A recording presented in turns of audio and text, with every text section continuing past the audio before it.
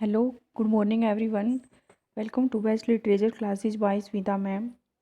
We have already completed ancient writers like Achilles, Sophocles, Euripides, Socrates, Ovid, Pindar, etc. And in this video today we will discuss about Virgil and Homer. So we start with Virgil. Virgil lifespan is 70 to 90 BC. क्या है Virgil का life span 70 से लेकर 19 BC तक। Full name क्या है Virgil का? Publius Vergilius Maro. Publius Vergilius Maro usually called Virgil और वर्जिल इन इंग्लिश। जो पब्लियस वर्जिलियस मैरो है उनका इंग्लिश में उनको क्या बोलते हैं? Virgil. Virgil was an ancient Roman poet of the Augustan period. Augustan period के ये एंशिएंट रोमन पोइट है। He is known for 3 major works of Latin literature. इनके लैटिन लिटरेचर के 3 वर्क है मेन। कौन कौन से हैं वो? The Eclogues, the Georgics and the epic Aeneid. 3 work है इनके, the Eclogues, the Georgics and epic Aeneid. यही इनके मेन इंपॉर्टेंट वर्क है। A minor number of poems are collected in the appendix Vergiliana. और एक माइनर पोएम भी है इनकी जो किस में कलेक्ट है? Appendix Vergiliana. और समटाइम्स एट्रीब्यूटेड टू हिम, और इसी के नाम पर इसका नेम रखा है appendix वर्जिलियाना। His Aeneid has been considered the national epic of the ancient Rome from the time of its composition to the present day. जो एनिड वर्क है उसको नेशनल एपिक माना जाता है एंशिएंट रोम का। कब से माना जाता है? जब से ये कंपोज किया गया था ना वर्जिल के द्वारा, तभी से इसको एक नेशनल एपिक माना गया है एनिड को। It is model after Homer, Iliad and Odyssey. और इसको किसके मॉडल पे बेस किया है? कहाँ से लिया है ये, मतलब किसके अकॉर्डिंग ये लिखा गया है? ये होमर के इलियड और ओडिसी पर बेस्ड है।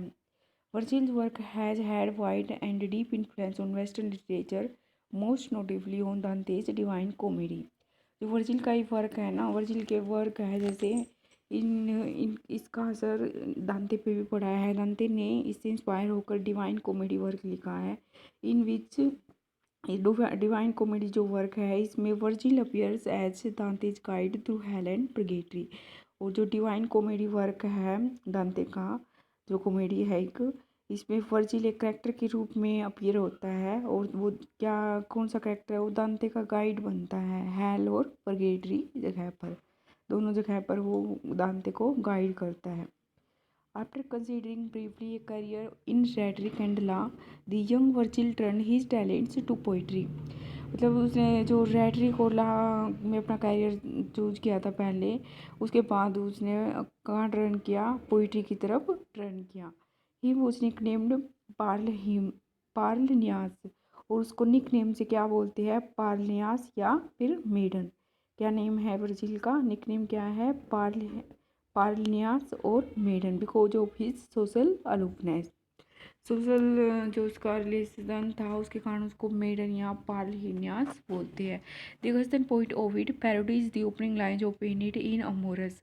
और जो ओविड है अगस्तियन का पोइट, अगस्तियन पीरियड का पोइट है ओविड, इसने एक ये जो एनिड की लाइन थी, ओपनिंग लाइन्स, वह इनका मजाक उड़ाता है या इनकी नकल करता है। कौन से वर्क में? ओविड का वर्क है एक अमोरस, उसमें उसने वर्जिल के एनिड की ओपनिंग लाइंस पर पैरोडी लिखी है। और summary of the Enid story in book 14 of Metamorphosis, this so called mini Enid.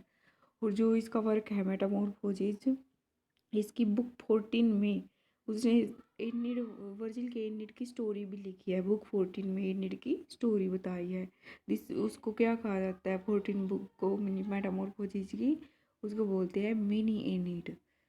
ल्यूकन्स, जो ल्यूकन्स एपिक है, एक वर्क है ल्यूकन का, the Bellum Olive. Bellum Olive work है जो ल्यूकन का, has been considered an anti Virgilian epic. और इसको एंटी वर्जिलियन एपिक कहा गया है, यानी कि वर्जिल ने जैसे वर्क लिखे थे ना, एपिक लिखे थे, उनके एंटी है ये वर्क, बिल्कुल अपोजिट है। The Bellum Olive. क्या, कौन सा वर्क है ल्यूकन का? The Bellum Olive. The Aeneid, an epic poem written between 29 to 19 BC, tells the legendary story of Aeneas. जो एनियाड वर्क है, एपिक पोएम है ये वर्जिल की जो फेमस पोएम है, ये कब लिखी गई थी? 29 से लेकर 19 BC तक। और इसमें एनियास था एक हीरो, ट्रोजन हीरो था वो। उसकी लीजेंडरी स्टोरी बताई गई है, who travel to Italy where he became the ancestor of Romans. मतलब वो इटली में गया और वहाँ रोमन्स का एंसेस्टर और उत्तराधिकारी बना। It comprise 98-96 lines in dactylic hexameter.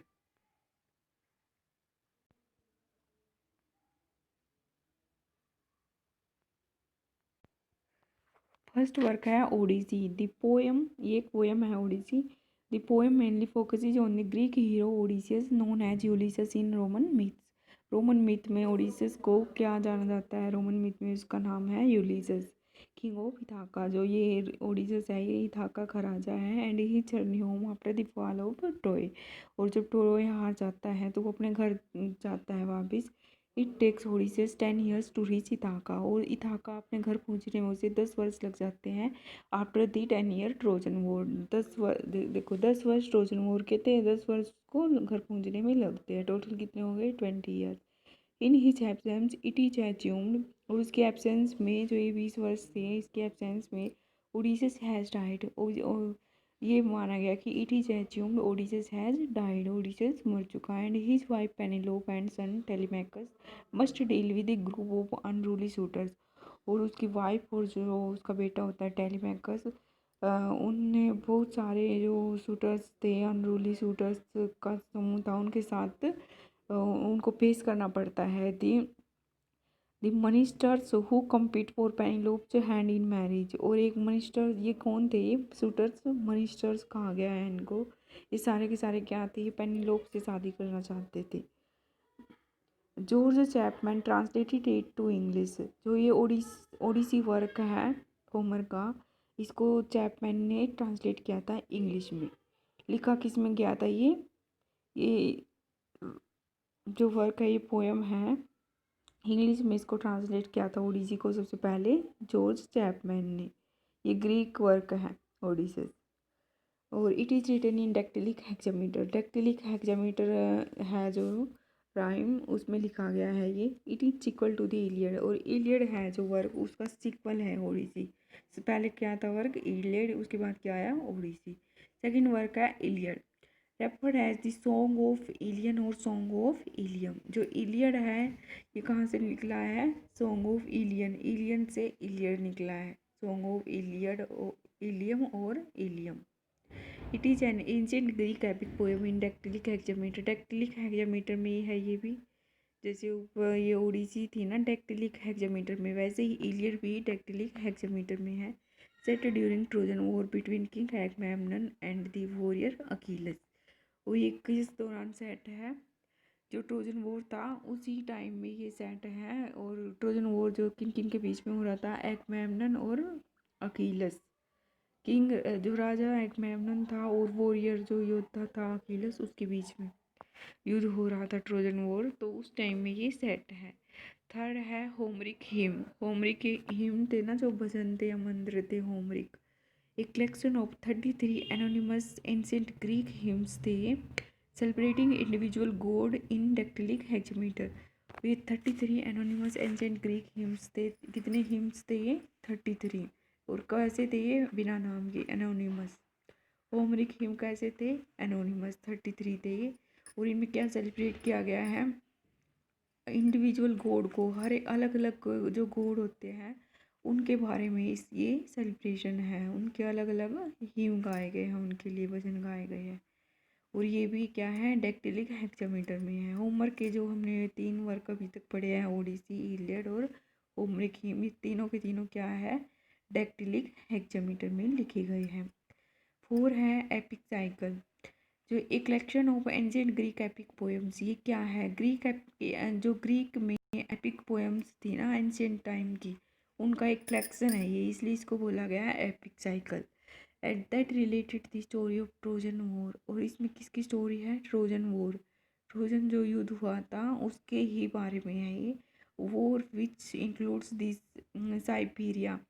Siberia, the Aethiopis and the so called Little Iliad, जिसको बोलते हैं इलुपर्सिस, और the Nostoi and the Telegony in dactylic hexameter. जो ट्रोजन वार था ना, जिस जिस कौन कौन थे इसमें, include Cypria, Aethiopis, Little Iliad, Iliupersis, Nostoi, Telegony, ये सारे के सारे किस में थे, ट्रोजन वॉर में इंक्लूड थे। और ये क्या कौन सा वर्क था, ये एपिक साइकिल, जो एपिक पोएम्स का एक कलेक्शन था।